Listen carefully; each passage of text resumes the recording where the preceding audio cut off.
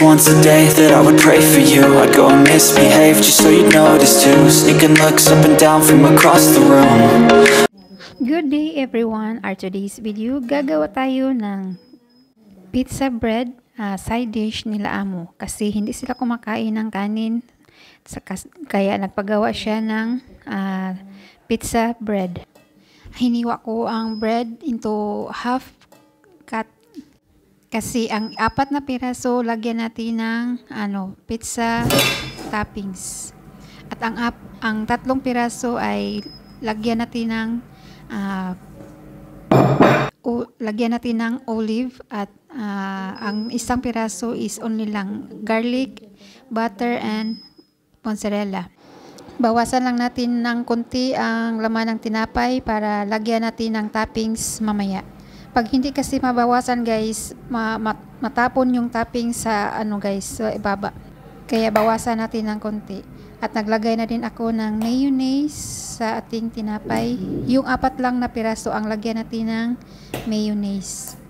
At kuha tayo ng spoon para i-spread natin ang ating mayonnaise sa ating tinapay. At pagkatapos na ma-spread ang mayonnaise sa ating tinapay, at lagyan natin ng toppings, which is ginawa ko kanina ang toppings na mushrooms, bell pepper, and onions. At ginisa ko siya sa sa butter. Yan, nilagyan ko na siya ng yung toppings, yung pizza toppings. Masarap yan guys, paborito yan ni amo. At yung olive is paborito yan ni sa anak ni amo. Sobrang hilig nila sa ganitong pagkain guys.